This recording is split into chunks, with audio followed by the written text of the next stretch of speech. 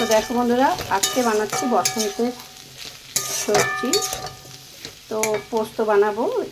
এখানে কালো জিরা ফোড়ন দিয়ে একটু কাঁচা লঙ্কা আর আলু একটু ভাজা ভাজা করে নিচ্ছি। এখন দিয়ে দিলাম এই যে সজনে ডাঁটা। এই হলো বসন্তের সবজি। এখন পোস্ত বানাবো, তাই একটু ভাজা করে নেবো আগে, আর ঢাকা দিয়ে দেবো।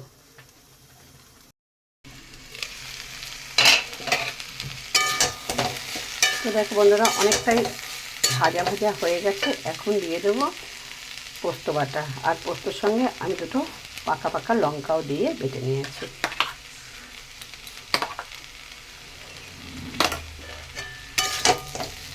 দিয়ে ভালো করে মিক্স করে নেব।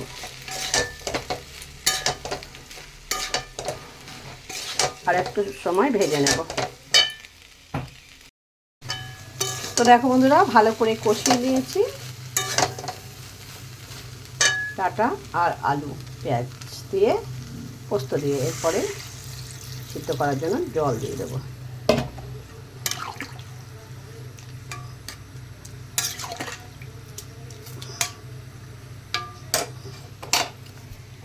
এখন ঢাকা দিয়ে দেবো। তো দেখো বন্ধুরা, সজনে ডাঁটা পোস্ত একদম রেডি হয়ে গেছে। তো এই সিজনে যারা এখনও খাওনি তো খেয়ে নাও, আর যারা খেয়েছো তারা খুবই ভালো করেছো, আর যার যার খেতে ইচ্ছা করছে দেখে চলে আসতে পারো আজ আমার বাড়ি। একদম রেডি হয়ে গেছে, এখন নামিয়ে নেবো।